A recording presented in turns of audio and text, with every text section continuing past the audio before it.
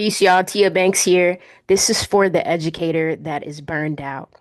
This is for the educator that's struggling with some anxiety. You have some worry and some fear around the economy, around systematic barriers that you have no control over. This is for the educator that feels hopeless. This is for you. The richest place that you can be is in someone's prayers. I wasn't sure I was going to do this, but I feel like somebody on the other side of this video needs to hear this. There is somebody that is praying for you, and that is the richest place that you can be right now. Some of you are like, well, I haven't been praying. I haven't been communicating with God. I don't know that everything is working out for me. And I want to affirm you right now. You are not alone on this journey. You might feel like you're alone in whatever burden you're facing, the grief that you've been struggling with, but somehow, some way, it is not by mistake that you're still standing. It's not a coincidence that the grief that you've experienced, somehow you've been able to find spaces of joy. It's not a random act that despite the chaos that you're experiencing, you still have the strength, the courage, and the ability to keep showing up. And you might be thinking, Tia, I haven't been praying. I don't even know how I've been able to overcome. I don't even know how, because I've been dealing with this depression, not just for weeks, not just for months, but for years. Tia, I'm still here. I don't know how. And I'm telling you, it's because you have been in the riches of someone else's prayers. Your mother's been praying for you. She's been praying for your mental health, your well being. If your father has been praying for you, maybe it's been the person that you love, your husband, your spouse, your partner. Somebody cares about you. There is a stranger that loves you so much that you have been in the riches of their prayers. So, this is for you. Your existence matters more than you'll ever know.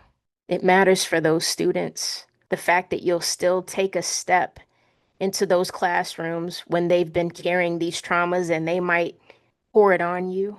And somehow you have the capacity to hold the heavy weight of their frustration, of their fears, while you still juggle and balance your own. This is just to affirm you and let you know that you are not alone and somebody has you in their prayers. And when you take time to reprioritize, to reset, and you can reconnect, I want to encourage you to pray for somebody else because the richest place that someone can be is in someone's prayers. We're talking about the prayers of abundance, the prayers that cover you, the prayers that protect you, the prayers that are working towards your good, your greatness. Those are the prayers we're talking about. Today, I was sitting at the coffee shop.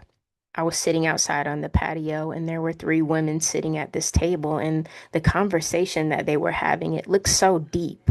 Like I could literally feel the heaviness.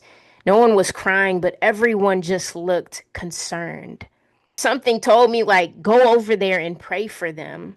And I was fighting it. I'm like, I'm not even worthy to pray for anybody. I don't talk to God every day. I don't even attend church every week.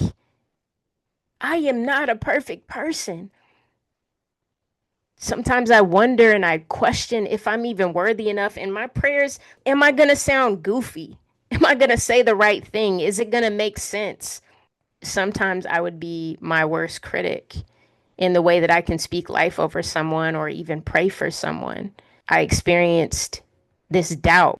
See, that's the reason why I climb mountains is because it allows me to do things that are uncomfortable in the real world. And it was really uncomfortable for me to go up to a stranger and say, can I pray for you? Especially when I'm battling if I'm worthy enough to pray for somebody else. But I climbed that mountain internally. I got up and I did the uncomfortable thing and I said, hey, I just want to pray for you. In fact, I want to pray for you. And I pointed at the young lady that seemed the most concerned. We held hands and I prayed a prayer that was towards her abundance, that was towards her peace, that was towards her prosperity. And I looked at everyone's face when I was finished with that prayer, and everyone's shoulders just went down. Everyone just felt lighter. Wow, a stranger could really put me in their prayers. The richest place that you can be is in someone's prayers. And I left that coffee shop feeling lighter myself, thinking, I know somebody has me in their prayers. I know my mama has me in her prayers. I know my dad has me in his prayers. Sometimes it's not money that people need. Sometimes we don't even have the money to give. We may not always have the time to give. We may not always have the energy to give, but when capacity, time, energy allows, give a prayer. Wouldn't it be lovely if we all got to experience the richness of those good, great, amazing prayers?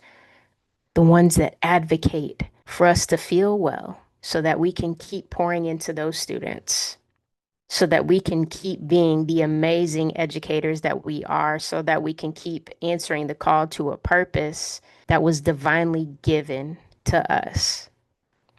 The richest place that you can be is in someone's prayers. That's a mind over mountains mentality.